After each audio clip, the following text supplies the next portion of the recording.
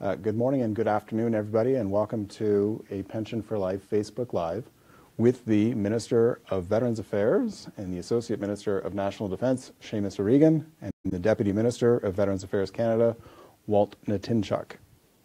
Today, you'll have the opportunity to ask questions around Pension for Life, but you can also ask questions about other Veterans Affairs programming that might be of interest to you as well. Bonjour et bienvenue tout le monde. Aujourd'hui, nous aurons un sujet principal de notre session qui sera la pension à vie. Mais vous pouvez aussi poser des questions reliées à d'autres programmes et services offerts par anciens combattants. Je vous invite de poser la question dans la langue de votre choix, une des langues officielles. You're more than welcome to ask your question in any official language. With that, I will turn it over to Minister O'Regan. Thank you, Steve. We'll get right to it, I think. This is Walt Natinchuk, Deputy Minister and former Chief of Defence Staff and National Defence. I'm going to expect that many of you who are watching now have gone through some of some of the details that are in the Pension for Life package that we presented on December 20th. I'll just begin by saying that an integral part of this process is feedback and talking to people. We just came from, we had 2 town halls last week in Victoria and in Vancouver. Some of you may have seen them or heard of them anyway. And then we just had one in Halifax and Dartmouth. And this will continue right throughout the country. Just as a bit of background, of course, the Pension for Life monthly option was something that the Liberal Party had promised in the election campaign. It was something that we've been building towards. Then we, in the budget of last year, said that we would have that ready for this year.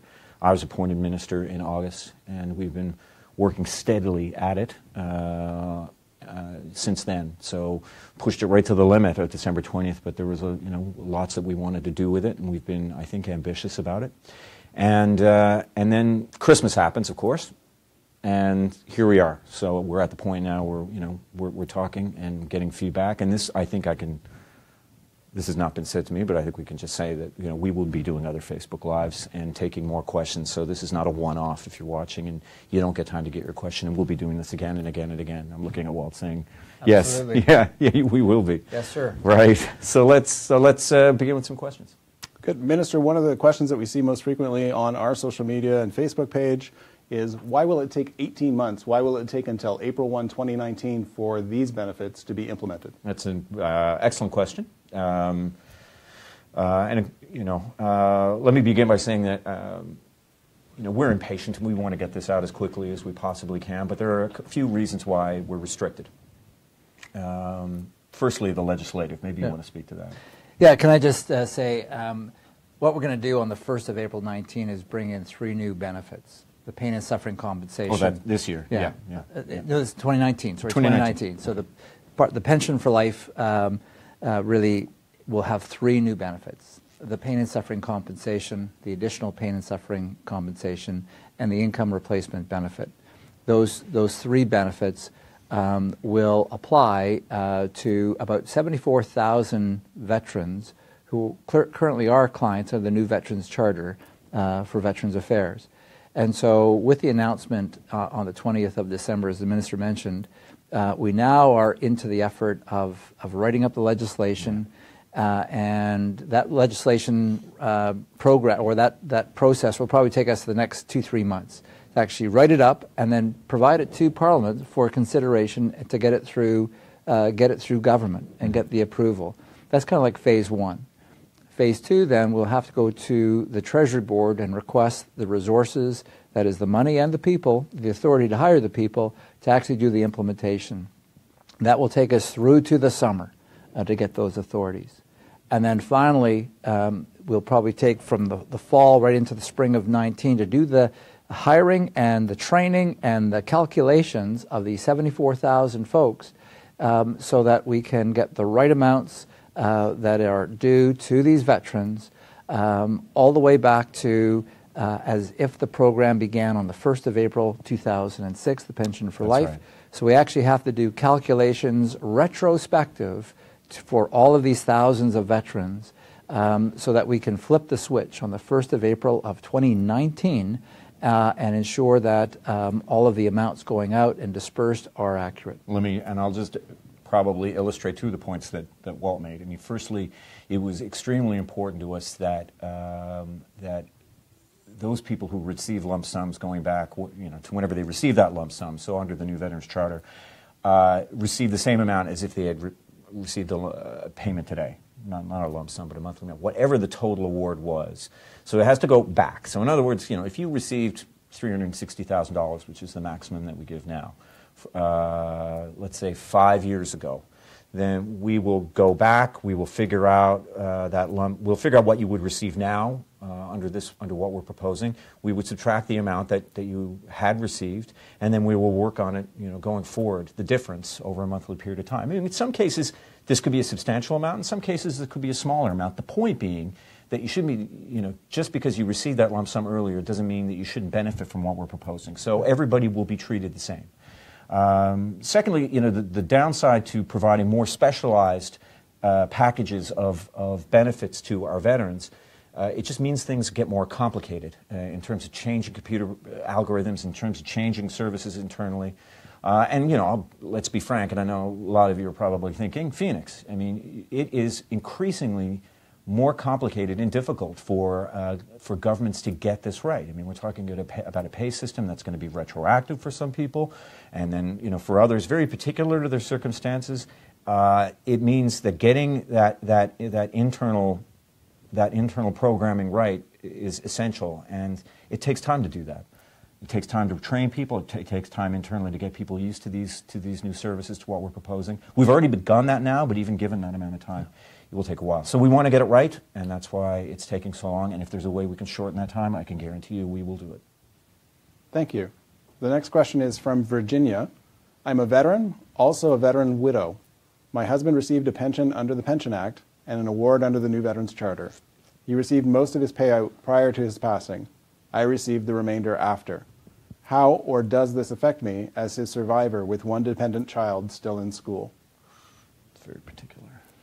Yeah, that's a very complex issue. What I would ask for folks in Virginia's situation is once we have the legislation through, to actually speak to the Veterans Affairs offices in terms of the interpretation of the pension for life and how it would affect her and her particular circumstances, especially as it's complex between benefits under the Pension Act. And again, we're not, under this effort, we are not addressing the Pension Act. It is only on the new Veterans Charter.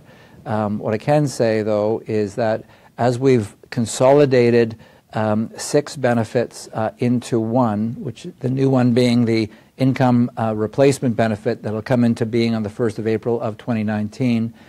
If a veteran is in receipt of the income replacement benefit and passes away as a result of a service-related injury, that the survivor's benefit in the past would have been 50%. We're increasing that to 70%. But I would just finish off by saying it would be worthwhile in this particular case to talk to either the call center, the National Call Center, or go into a Veterans Affairs office to see how this may apply to you. Thank you.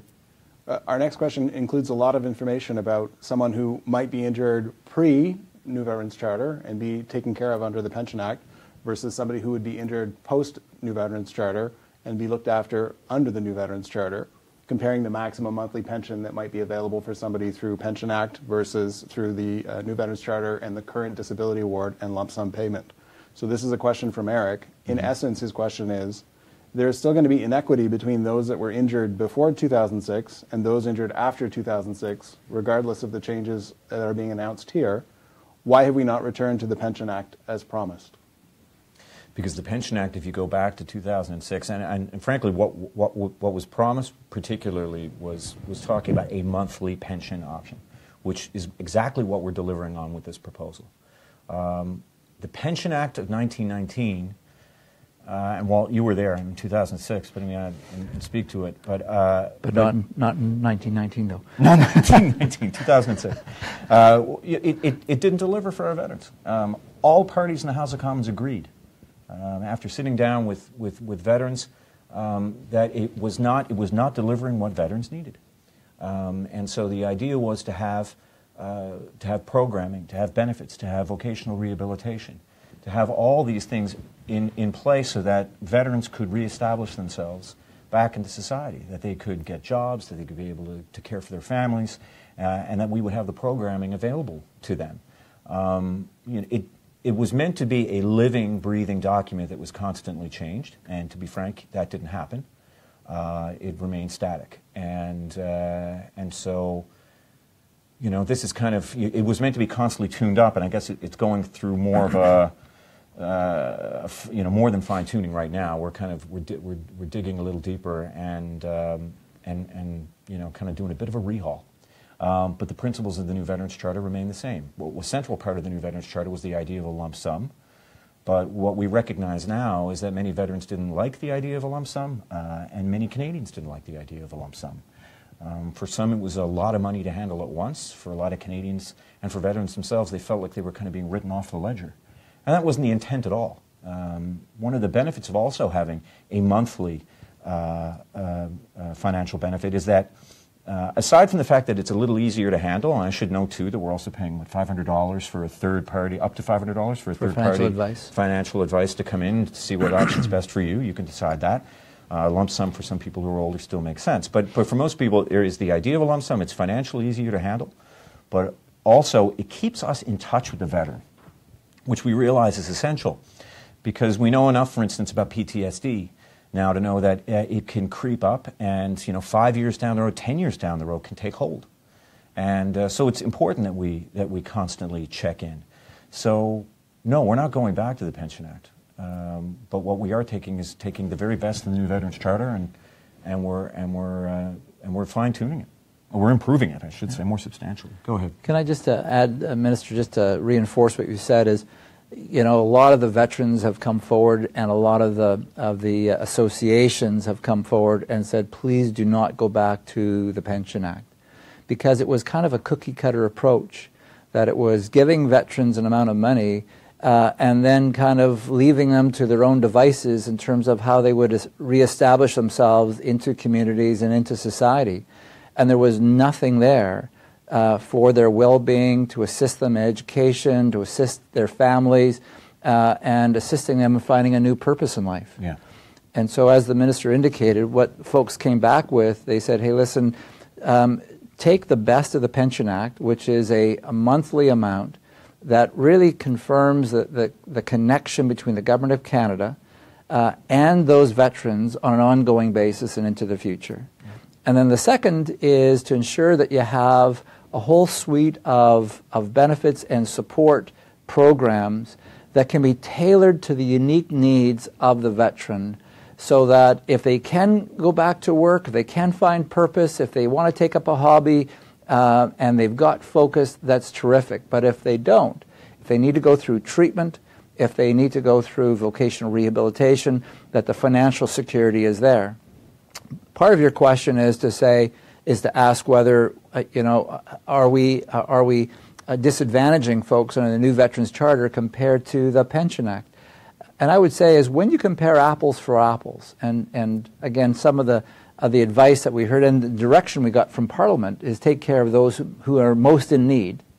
That when we look at those who are seriously injured, really seriously injured, someone who got hurt perhaps in Bosnia compared to someone who got hurt in Afghanistan, they have similar injuries at the very highest level of the disability scale, and we compare what benefits that they could be receiving, we are actually into the zone of similar financial supports. And so below those folks, it's a question of what the need is, and that is really the goodness of the new Veterans Charter. And it depends on their ability to work. I mean, I think your ability to work, your ability to have meaningful work is essential to not only providing for your family, for yourself, but to rehabilitating. And we put that at the very core of what we're proposing because we know there's nothing better than work. La prochaine question vient de Stéphane et il demande: qu'est-ce qu'il va m'arriver car je reçois l'allocation impact sur carrière plus son supplément? Je pense que cela va me nuire beaucoup financièrement. Encore, ça dépend sur la situation. Si un ancien combattant veut avoir une occupation et avoir stabilité financière, c'est la meilleure situation et solution.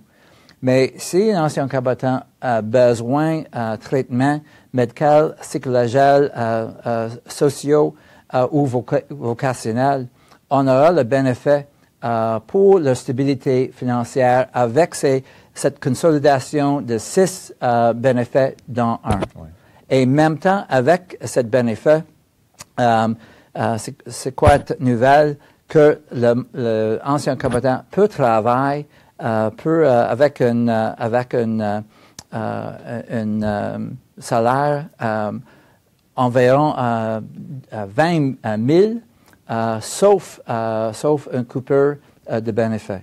Alors, ça doit renforcer le potentiel d'avoir un but et encore le réétablissement dans la communauté. Minister and Deputy, there's a couple of questions that are very similar to that one in English. I'm going to run through just those quickly and give you an opportunity to answer there too. So Angie asks, will veterans who are currently receiving Career Impact Allowance and Career Impact Allowance Supplement continue to receive these benefits for life after April 2019, or will recipients lose their CIA and CIAS monthly benefits? Dennis wants to know how this is better than the old pension system because you're taking away the CIA or CIA supplement and replacing it with a 1% for career progression. And Leland's asking whether or not under the PFL he'll lose any of his existing benefits. These are similar questions to the one that Stefan just asked. I want to give you a chance to answer that in English. Go ahead. So if I can just kind of rewind. So one of the mandate items that the government directed for the minister and the department is to simplify and consolidate all of these benefits. So for those veterans who are going through treatment, for those veterans who require vocational rehabilitation, and to provide them financial security and to simplify the whole thing, we're taking 6 benefits and we're integrating them into one. So the earning loss benefit on a short-term earning loss benefit on an extended basis, the career impact allowance, the career impact allowance supplement, the retirement income security benefit, and the supplementary retirement benefit will get all consolidated into one benefit, which will be benchmarked to 90% of the veteran's pre-release income. It will be indexed going into the future based upon the consumer price index. For those folks who got hurt earlier in their careers, for folks who are less than 65 years old, to recognize career progression, in addition to the consumer price index, there will be a 1% career progression factor to increase that amount. And for those veterans who got hurt perhaps while they're on their basic engagement, while they were privates, corporals, if they were reservists and at a low income, we're going to set a floor of $48,000 and change to make sure that the income replacement benefit has the floor that will ensure that they are part of the middle class. In addition to that, we are going to allow veterans to make $20,000 before applying any offsets from any other benefits they might receive. And that will allow them, if they wish to pursue a part-time job, to have some kind of a purpose outside the house, that they can be encouraged to do that into the future. What is key as we do the implementation, and that's one of the reasons why it's going to take a little bit of time to get the calculations right, but when we do this, what we want to make sure is that no veterans will make less than what they're making now. Exactly. So when someone is getting, and they mention they're getting the Career Impact Allowance, the Career Impact Allowance Supplement, and the ELB, they will be grandfathered and protected going into the future. And that amount that they will receive will be indexed going into the future to ensure that they will not be in a losing proposition. 2 principles there. Obviously one, making this as simple as we possibly can, because when Walt talks about the 6 programs, we're talking about 6 different hoops to jump through, 6 different application processes. sometimes with each individual one, you're talking about different privacy considerations, and I mean, there's a lot. It becomes very complicated from the veteran's point of view. So keeping it simple is a central tenet to what we're doing, and ensuring again that work is at the center of this, so that if you are able to find some honest income, on top of whatever benefits you're receiving, where you can make up to $20,000, you shouldn't be penalized for that. Thank you. Wes posted the following message: Good afternoon, Minister O'Regan and Deputy Minister Nitinchuk. What measures are you taking to ensure that the relationships between Canadian veterans and their case managers are not, quote, adversarial? Well, I would say, first of all, case managers who by profession are social workers, psychologists, some have a background in nursing. We're hiring a lot of folks who have been veterans, and for example, here in Halifax, 28 of our staff here either former serving, currently serving reservists, or spouses. We want to make sure we have the right kind of match-up of case manager working with the veterans. And what I found now, I've been in the job 3 years, is that the common characteristic amongst our case managers, and really all employees in the department, is one of empathy. And so we want to make sure that we have the right kind of match-up between the case managers and the veteran service agents working with the veterans. Yeah, I mean, we don't want any situation where there's an adversarial relationship. If there's an issue, let us know. The case managers who I meet time and again are want to help, and certainly from the very outset, I've said where you can take a chance and where you can move immediately. When I say take a chance, I just mean like move immediately to help a veteran. Do it. In turn, I got your back. Use your judgment, and I just want to get rid of as many processes as possible. When it's clear to a case manager what they need to do in order to be able to help a veteran, I want them to be able to do it. There should never be an adversarial relationship. We want to create a culture where people are being helped. Vous avez parlé un peu à ce sujet tantôt, mais la question est, je croyais que la pension à vie serait offerte en 2018. Pourquoi faut-il attendre jusqu'en 2019? On a beaucoup de travail à faire dans 1 an et demi. Et vraiment, il y aura 3 phases. La première phase, c'est l'approbation de la Chambre de communes et le gouvernement pour cet programme de pension. Et ça va prendre probablement 3 ou 4 mois pour ce processus d'approbation par la Chambre de communes et le gouvernement. Après ça, le ministère doit demander pour les ressources du secrétaire de trésor.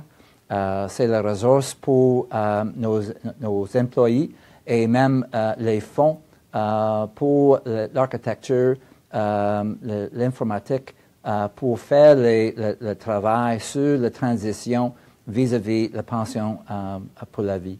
Et la troisième phase, c'est vraiment la dotation des gens, des employés, pour faire le travail et même faire toutes les calculations. On aura environ presque 80 000 gens, on doit faire toutes les calculations pour tous les anciens combattants qui ont reçu un bénéfice jusqu'au 1er avril 2006 et faire toutes les calculations. On peut affecter cet bénéfice le 1er avril 2019. Dave asks, I'm a current member and medically releasing. Where is my support to join the federal government? Where is the support for transition? What are you going to do to help vets find government jobs?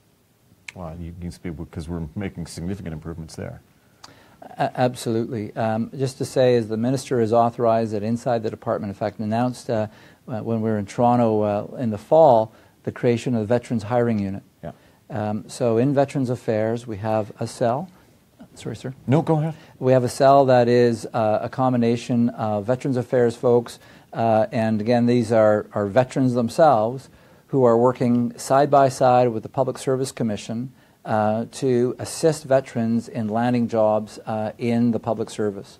The minister has written to all of his colleagues in government asking them to ensure that positions that they have open for veterans, not only in the Ottawa situation, but coast to coast, whether it be fisheries and oceans, whether it be in taxation centres, whether it be in correction services facilities, the Canadian Food Inspection Agency, positions that are available across the country that all these other departments recognize the huge skills and capability of veterans and land them in roles in government. And so, again, based upon medically releasing veterans, there are preferential rights that folks have based upon their medical releases that they have, and that can be, you can receive assistance by going to the Veterans Hiring Unit at Veterans Affairs, contact them, they can coach you through the process and assist you in landing a job across the country. And that's what we're doing now. You know, aspirationally, you know, just so you have an idea of where we're going.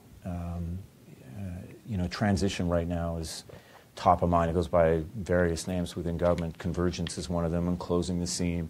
I mean, I can tell you that when the Prime Minister named me Minister of Veterans Affairs, Associate Minister of National Defence, the first thing that he said to me, and my marching orders, as it were, was to close the seam. And you know, exactly to what you're talking about, when you leave the military, ensuring that that transition is as seamless as possible. As my brother put this to me, and then Walt reiterated it later, which is we're one of the best in the world at creating soldiers, at training soldiers. Now we got to apply those talents to creating veterans, good veterans. And by that I mean, you know, ensuring that people are prepared for that transition. And it's tough. I mean, one thing that, you know, we've learned, and I've learned through you too, is that it's tough to acknowledge that you're leaving. And for anybody in any job. And I mean, you know, I think of when I decided to leave Canada AM, I mean, when I was hosting that, the idea of telling my co-hosts, my team, that I was leaving wore me down. I mean, it's tough. I can only imagine in a culture like the military how tough that is, because you feel like you're letting people down. So the idea of preparing for leaving is something that, frankly, I don't think anybody's very comfortable with, but I would acknowledge that people in the military particularly so. But we got to do it because the transition can be tough. It can be tough, I know this myself, when you are in a culture where everything's looked after, where your schedule is looked after, where your pay, your benefits, where you know them all. You don't, not something you have to worry about, you know, for 10 years, 15 years, 20, 25 years, however long the course of time may be, and then it just, boom, ends. And you're left to your own devices. And it can be really tough. It was tough for me. You know, it broke me. It was a lot to handle, and I couldn't handle it, and so I had to get help. And rather than having to do that, it would be great if we could prepare people for that transition, and that's a huge part of what we're working on right now with the Department of National Defence. You know, I have my marching orders, and you know, Minister Sajjan has received the same. And you know, after I was sworn in, I finally had a chance to sit down with him after a couple of days in the Esquimalt. You know, we realized one of our top priorities. We've got to get this done. We've got to make sure things are easier for people when they make that transition.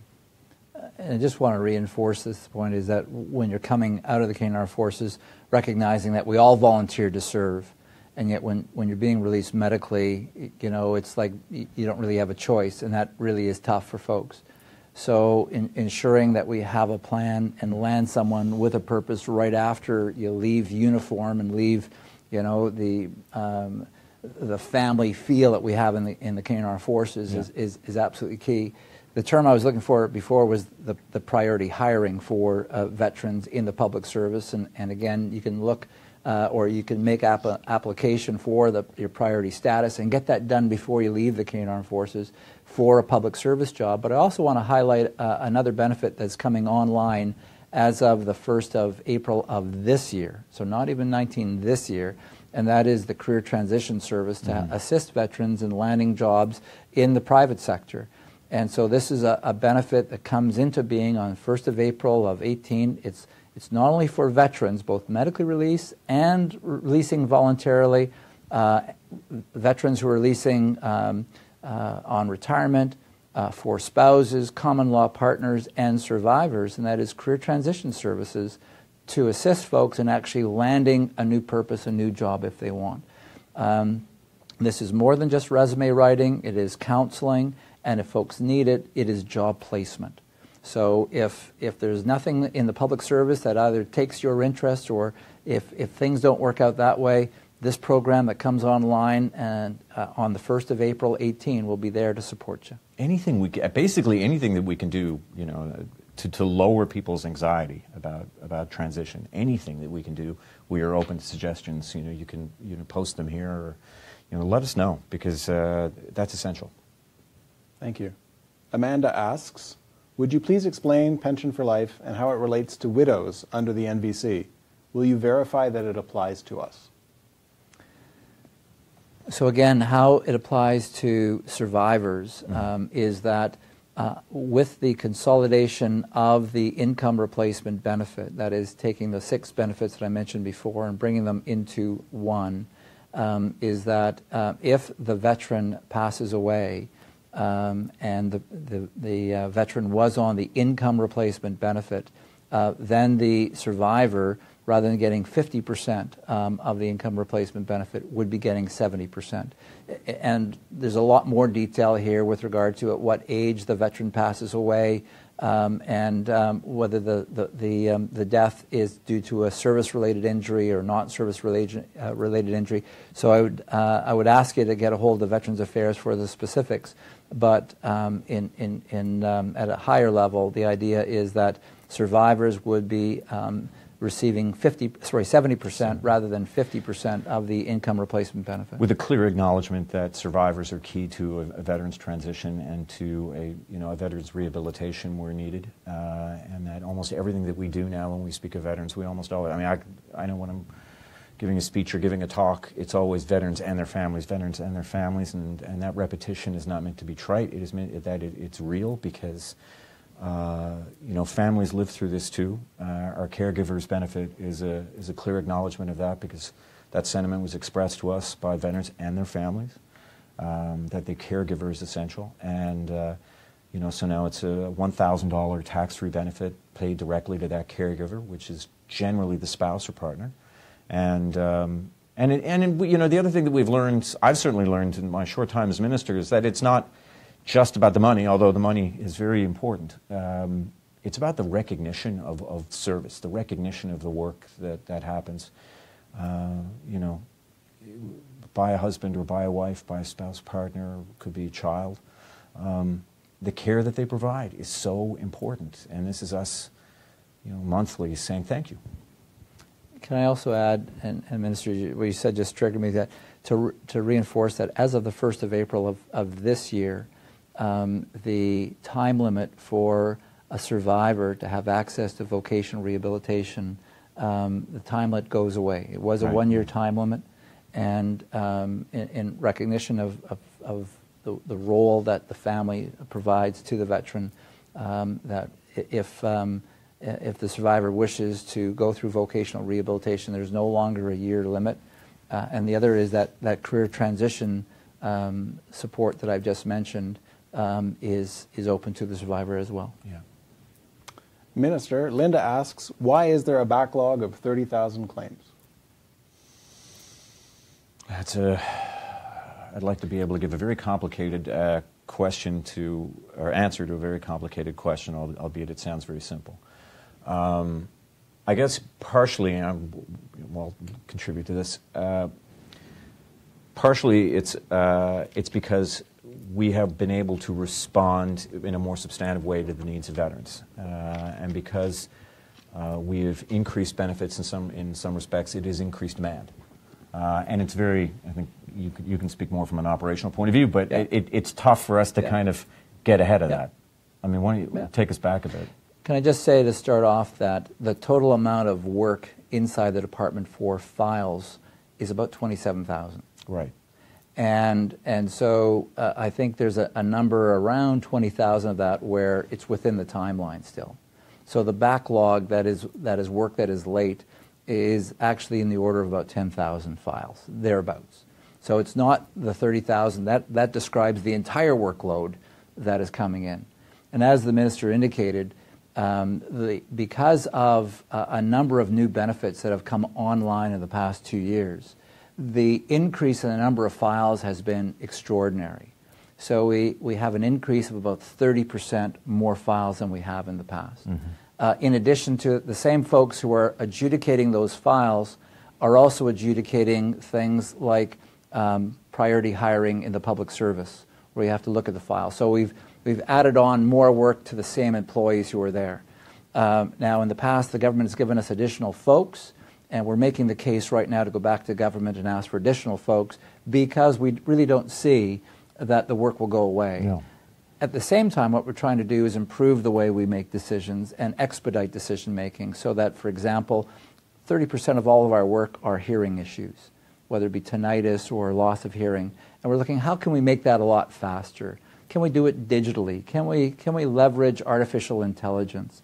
You know, a lot of our work is on disruption of musculoskeletal, like ankles, knee, hips, and back. Can we expedite decision making for those kinds of things? And the other one, which is a big one, is the mental health injuries. And we're taking on a much more presumptive approach. Yeah. You may want to mention Well, that. I mean, just the fact that if we know you served and if you're suffering from PTSD, then that's enough. You know, and we will treat you accordingly. So, you know, where we can compress that time, you know, that's important. I mean, I think the bottom line is that, you know, any wait time is inexcusable. We know that. We don't want anybody to have to wait for the benefits which they are deserving. And, you know, I'll be frank that the past few months we have been, I hate to say it, but I mean, really myopic. I mean, one thing you learned as a member of Parliament and you learn as minister is that things are finite, believe it or not. And it's not just money, which is finite, it's time. And when, you know, we have concentrated on Pension for Life, and now, you know, I've repeated time and again, and just even today, that we really now have to devote that same energy and resources to getting rid of those backlogs. I mean, if we can, even by a few percentage points, those are individual cases. So, you know, we get it. We've got to find ways to cut back on that backlog, and we won't be happy until we do that. Christopher asked the following question. Various studies have shown that mortality rates among veterans show that life expectancy is less than that of the civilian base. Are you factoring in veterans' mortality or general stats for civilians? Boy, that's a really detailed question. I would really have to go back to our researchers to make sure I'm speaking truth there. So I would be reluctant to actually give you a categorical answer in that regard, to be absolutely honest with you. Let's get back to you on that. If we could take note of who asked that question, maybe we can post it here or something, because I think that's a very important question. Yeah. It is such an important topic that I think it's not. I'd rather just say up front, let me get back to you with a very precise answer, because you do not want to muddle around with it. And we can connect you right to our researchers, so we actually have the information. And you should know, every 3 years we've got this really comprehensive life after service study and looking out at and working with the Canadian Armed Forces, looking at mortality rates in the Canadian Armed Forces for a whole host of ailments. And so we would like to be able to give you the benefit of that research. Next question is from Walter. He would like to know how you're going to ensure that no veteran ends up with a lesser amount as a result of the changes being made. Well, I think what we can say is, firstly, through legislation, which we're working on now, and we've designed this so that there's nobody who's receiving benefit right now under the new Veterans Charter who will receive less. You will, you know, a few may receive about the same amount, but most are going to receive more, and that's very purposely the way that we've designed this. The accumulation of, you know, pain and compensation, additional pain and compensation, or pain and suffering, additional, you know, income replacement benefit. The way that we've orchestrated this is that won't happen. And again, just to repeat, you know, the essential element here is work. Your either ability to work, or you know, sometimes you can't because of the nature of your injury. What was essential for me was that the system have an element of flexibility, and what was top of mind for me was PTSD. Knowing what we know now, which is that PTSD can come back after 5 years or 10 years or 15 years. By that I mean you may be able to work, and then 5 years or 10 years down the road, you don't know the day, you may not be able to. And that you would be able to step out, you would be able, income replacement benefit is there for you, that you don't have to feel the anxiety of supporting yourself, supporting your family, and that when you are well again, when we've got you, rehabilitated to a point where you can go back to work, that you can go back to work. And then, should it take hold again, and that happens, that you can step out again, that you can step in again, all the while, within our system, us knowing where you are, when you need help, and when you're able to go back. And that's what the income replacement benefit is supposed to do, is give you that security, that financial security, when you're actually requiring that assistance, treatment, vocational rehab, what have you, and then setting it up such that people will be grandfathered so that you will receive no less than what the current suite of the 6 programs are providing you, whether it be the earning loss benefit or the CIA and the CIS, in addition to being grandfathered, to have it indexed and growing into the future with the 1%, or not with the 1%, with the consumer price index. It will be protected into the future. And at the same time, as the Minister indicated, under the income replacement benefit, that you'll be able, if you want to get a part-time job, you'll be able to make $20,000 without having any offset of that amount. It's meaningful work, meaningful work, meaningful work. Another question from Wes for you, Minister and Deputy. Why do I have to do a reassessment every year? Well, I mean, first of all, I guess it would depend on the particular instance of the nature of the injury. But yeah, and so and often what happens with regard reassessments is individuals are getting more than they did before. And so when and this is a really important thing, because I know under some of the programs require reassessment, and with the Veterans Independence Program, we check in on folks. By and large, the results of these additional reviews over time is that the situation has deteriorated for the veteran, and we're going to give them more support. And so sometimes, folks don't want to be bothered, but actually their situation is, they're not getting younger, and they'll never be the same age they were when they walked in the recruiting center. Generally, we all kind of age and creak more, but generally folks need more assistance over time. And so one of these aspects of reassessment is really that care, to say, can we do more for you? And what are your circumstances now, and what can we do to assist? And at the same time, we don't want to be intrusive. We don't want to make it difficult, but generally it's out of a sincere effort to make sure you get the care that you need. And there's a mental health element here too. The nature of your injury may be physical, but just by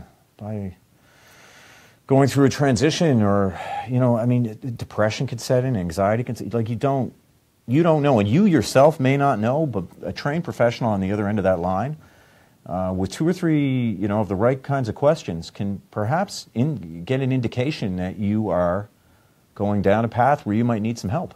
I know that firsthand, so I can say that, and I think that check-in is important. I mean,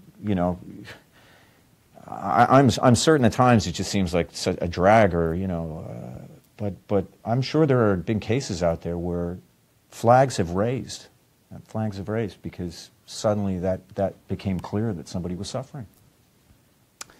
David asks, how does this new program, Pension for Life, affect those who already received a lump sum for an injury post-2006? If you've already received a lump sum, then you will benefit from this. That was another essential core element of this program, was that it be retroactive. You may have missed it, but somebody had asked earlier why this is going to take a little amount of time some amount of time to roll out, and one of the reasons is that it's retroactive. And that takes time. So by that I mean, if you received a lump sum, then this applies from the time that you received the lump sum. So if you received the lump sum 5 years ago, then we're going to go back 5 years and look at how much we owe you. What the difference is between what you received and what you would receive under the new system. And then you will receive a new monthly check that will make up for that difference. In some instances, that could be a substantial amount. In some instances, it might be a smaller amount.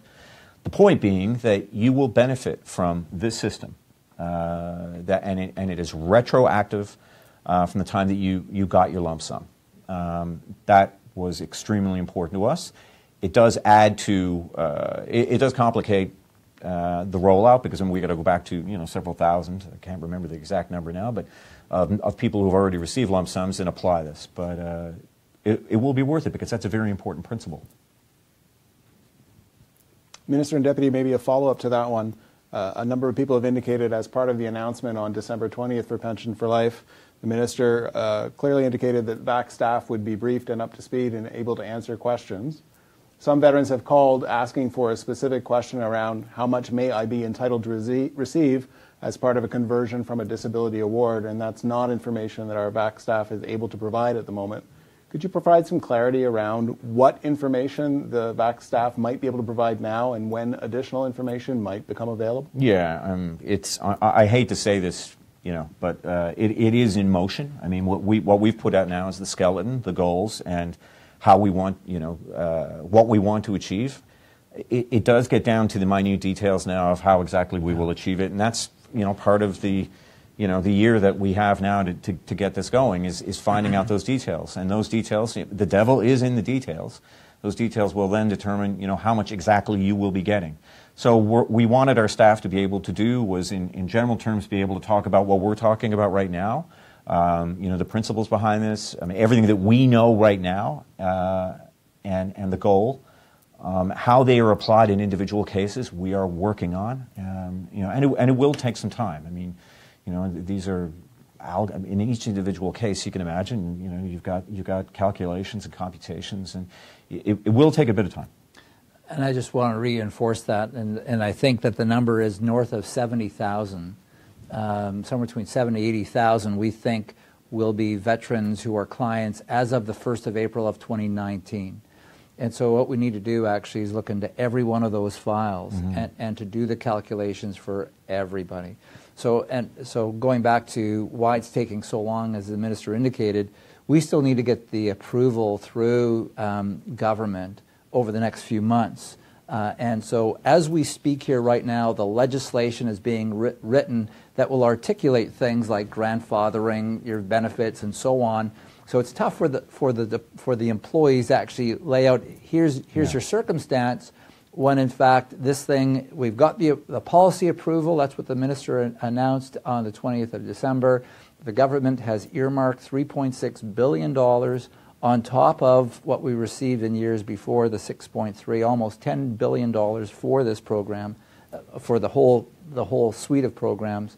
And so it's getting it through the House, getting the authority to hire the additional folks, and then actually getting the information technology, information systems to do the mathematical calculations for the more than 70,000 folks, and then to run through those in the fall. I don't think we'll be able to actually answer a lot of these questions for a few months while this thing is playing out. But what is key is that when we flip the switch on 1 April 2019, that the correct amounts are going out to all the veterans, and that linkage is there between veterans and government. And I would just want to encourage folks, if you're not yet on MyVac account, please, please, please register for a MyVac account and maintain contact with the department. Deputy, perhaps you could answer the following question that a number of people have been asking, including Alain. Why are the RCMP still under the old pension system? So the RCMP come under the RCMP Act and allows the leadership of the RCMP that comes under the Minister of Public Safety to administer their pension plan. And so back in 2005, 2006, when the government dealing with Canadian Armed Forces veterans decided that, again, because of the problems that we had with the Pension Act, leaving veterans after getting, for the most part, a very small pension, that a lot of our veteran comrades were actually destitute. And so the new Veterans Charter was created to enable well-being and allowing folks to settle into society. The RCMP decided at that time that they would not go on to the new Veterans Charter. And again, I won't get into the detail. I would actually refer you to the RCMP. But the RCMP have asked, and for decades, the Veterans Affairs Department has administered the RCMP pension on behalf of the RCMP. So we have a memorandum of understanding with the RCMP, and our folks administer this program for them, but it was their decision to remain on the pension, on the RCMP pension. Minister and Deputy, Ryan asked the following question: how come all mental health claims are not rated at 100%? I would just say to folks, and again, I'm not a psychologist, I'm not a psychiatrist, but what we are aware of is that that portion of folks who have a mental health injury, some of them actually with the right treatment early on, with the right triage, diagnosis, treatment, and counseling and follow-up, can actually function in society. Absolutely. There is a small number who, notwithstanding diagnosis and treatment, have difficulty in maintaining routines in society. But that's a small number. And so one of the key aspects to wellness actually is having a sense of purpose, having security, having identity, and so on. And with counseling and creating that supportive environment around folks, people can actually get on with life and be functional in human life. And I've met many of our battle buddies, comrades, shipmates, wingmates who are in that situation. So to categorize everybody as at 100%, I'm not sure. Gosh, no, absolutely, not. It's in no way accurate. I mean, within and I know this is a mental health advocate, I mean, within the scope of mental health, in the same way, I mean, not to be glib, but in the same way that you would talk about physical health, you've got varying diseases of different, in different orders. Some anxiety, for instance, depression, bipolar, and then within those, you have, grades of intensity. It's really difficult, it's really difficult to quantify these things. Extremely difficult. It's difficult for us. It's difficult for anybody. It's difficult when you're suffering it yourself to quantify exactly where you are, what percentage you are. From our point of view, in terms of how these programs will affect you, what it does come down to is whether or not you're able to work. Is that really what is the end effect of whatever it is you have, whether it's anxiety, whether it's depression, whether it's PTSD, or, as is the case, combinations of many of these things. At the end of the day, are you able to work? And financially and in terms of services, that's where we come in, and that's the important bit of it. Mental health, it's such a broad spectrum, and within that, different grades of intensity. So, ultimately it's very difficult to quantify these things, but we just do our best to see what the tangible result is of whatever it is you're going through. And one of those most important things from our point of view is whether you can work or not work. Nous avons juste une couple de minutes qui restent. There's just a few minutes left. I'll try and get through a few more questions with you. Aaron asks the following question: when will VAC digitize our relationship and do away with manila envelopes, thus bringing everything up to speed and to the century we are currently in? I wish it was tomorrow. Never too soon. Oh, yeah, I wish exactly. it was tomorrow. Never too soon. Yeah, no, we're working hard really on digitizing, and again, with support from government, we're looking at how can we. And one of the first aspects of digitizing is just the transfer of medical records from the Canadian Armed Forces into Veterans Affairs. That's a big one, and for some of the folks who've been in the Canadian Armed Forces for a few decades, some of your medical files are not digitized. And so we're working with the Canadian Armed Forces to not only get those medical records digitized, but then also how they transfer into our department so they can be used in terms of various assessments and provide support to everybody. So just to say is it's a huge effort that is currently ongoing, and I wish it was tomorrow. Yeah. And, you know, if you look, governments have been grappling with how to make healthcare right across the board more efficient and to use digital technology to make things more efficient. And it's tough, mainly because for a few reasons, but the bureaucracy around healthcare, providing healthcare is big, and there are huge privacy issues and implications, so we're obviously very cautious with information. But there is a great deal of momentum, I would say, that I've seen in my brief tenure within government to move this along.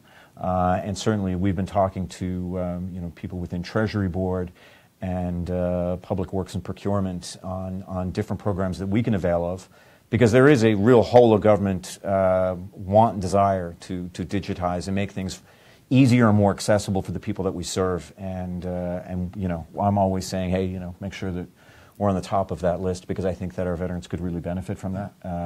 Again, you know, to the deputy's point earlier, saying to people out there, if you're not on MyVac, you know, sign up, because it is a way that we can provide those services, some of those services, more efficiently, and it just increases our relationship, the depth of our relationship with you.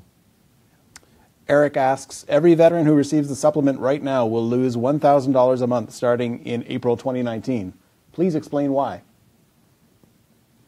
The supplement, you're talking about the CIA? The CIA supplement. So again, the idea of the income replacement benefit would ensure that everyone who is receiving the whole suite of the 6 benefits would not lose. Yeah. And that is being grandfathered and being not only grandfathered but indexed going into the future. But when the program comes in, the income replacement benefit will be benchmarked to 90% of the pre-release income. And in addition to that, have the career progression factor of 1% and allowing folks to work for or $20,000 of income before offsets. But someone who is in receipt of the Career Impact Allowance supplement would not be disadvantaged. They would be grandfathered into the future, and that amount would be indexed. Cliff asks, so if you're not at 100% disability, what can you expect for a lifelong pension? I guess I would say in terms, it's got to be based upon what your circumstances are. Because the goodness of the new Veterans Charter, it is tailored to the individual's injuries, the individual's barriers to reestablishment in Canadian society. And there's a difference between, say, a low level of disability for hearing and a low level of disability for mental health. Someone who has a hearing issue might be able to work, whereas someone who has a mental health issue may not be able to work. And the goodness of the new Veterans Charter allows us to table these benefits to assist the individual circumstances of the veteran. So the short answer to the question is it depends on the circumstances for that individual veteran. And there will be instances, I mean, certainly when we've looked at you know, different scenarios, I mean, if you were, I think, 25 years old and you were eligible for, let's say, a $70,000 lump sum and you decided to go for a monthly amount, then that total, assuming I think that we're looking at a life expectancy of 83. I hate quantifying these things, but you know, this is what you have to do. Then it would actually be $170,000. Yeah. So you would benefit by some $100,000 with a 20% disability if you decided to go with the monthly. And you know, one of the reasons we designed it that way is because we really are trying to find ways to encourage people to take the monthly, only because it increases, it makes sure that we're in constant contact with you. And for reasons that I cited earlier, that's very important because we don't know, particularly with issues, I'm always thinking mental health, but with issues of mental health, sometimes that can take hold later on in life, and it's good if we have that relationship and we can help you. And there'll be one last question. It'll be this one, Minister. Wayne asks, Mr. Minister, will you be keeping the lines of communication open, letting us know as progress is made in order to avoid the stress and angst? Especially with that last comment. Yes, we will. I will be, you know, straight up with you about where we are in terms of progress. This will be the beginning of, I'm telling you this now while we're on camera, this will be the beginning of many Facebook Lives or Facebook's Live. I'm not sure what the correct plural is. It will be the beginning of many. I will be straight with you in terms of where we are. in progress. I completely sympathize with anxiety. And, one of the best things we can do to alleviate that is to just be as transparent as we possibly can. So you have my solemn vow that we will do that. And this is the beginning of many. I encourage you to tune into these. If you know other people who you think will benefit from this, please do. And throw any questions at us, and we'll answer them as best we can. But the core tenet of this is to alleviate anxiety when it comes to transition. People out there, so many people, and not just veterans, but a lot of people in general. Finances, changing jobs, changing circumstances. There's a lot of anxiety out there. Anything that we can do to alleviate that, we will do. Thank you, Minister. Thank you, Deputy. Merci pour tous les participants et pour toutes les everybody. questions. Yes. Thank you. Thank you again.